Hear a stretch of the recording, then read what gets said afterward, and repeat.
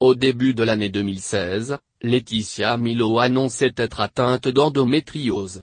Cette maladie gynécologique touche une femme sur 10 en France et peut entraîner de sévères complications pour tomber enceinte. L'endométriose, malgré une multiplication des témoignages, reste tabou en France. C'est face aux très nombreuses questions de son entourage sur l'arrivée prochaine d'un bébé que Laetitia Milo a décidé de confier son combat contre la maladie dans un livre. Sobrement intitulé Le bébé c'est pour quand ?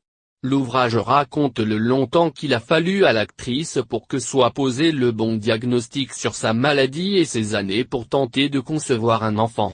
Il y a 3 à 6 millions de femmes qui en sont atteintes. La plupart connaissent des problèmes d'infertilité, ne savent pas qu'elles sont atteintes d'endométriose. Il y a de plus en plus de cas et on ne sait pas pourquoi.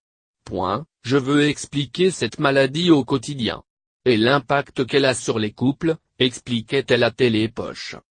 En plus de provoquer des douleurs parfois invalidantes aux femmes, l'endométriose provoque également de sérieuses complications pour celles qui souhaitent tomber enceinte.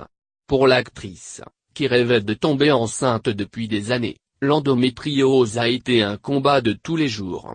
Pour maximiser ses chances de concevoir, Laetitia Milo a même accepté de subir une intervention chirurgicale lourde en mars dernier. On a découvert que j'avais des nodules pas bien placés. Il fallait que je me fasse opérer pour pouvoir avoir cet enfant que je souhaite tant, confiait-elle alors à Téléstar. Après cette opération, il restait 6 mois à Laetitia Milo pour tomber enceinte, d'après son médecin.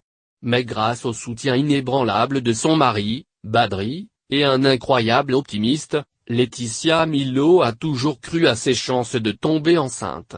Elle a eu raison puisqu'après des années de souffrance, elle a annoncé sa grossesse à gala cette semaine.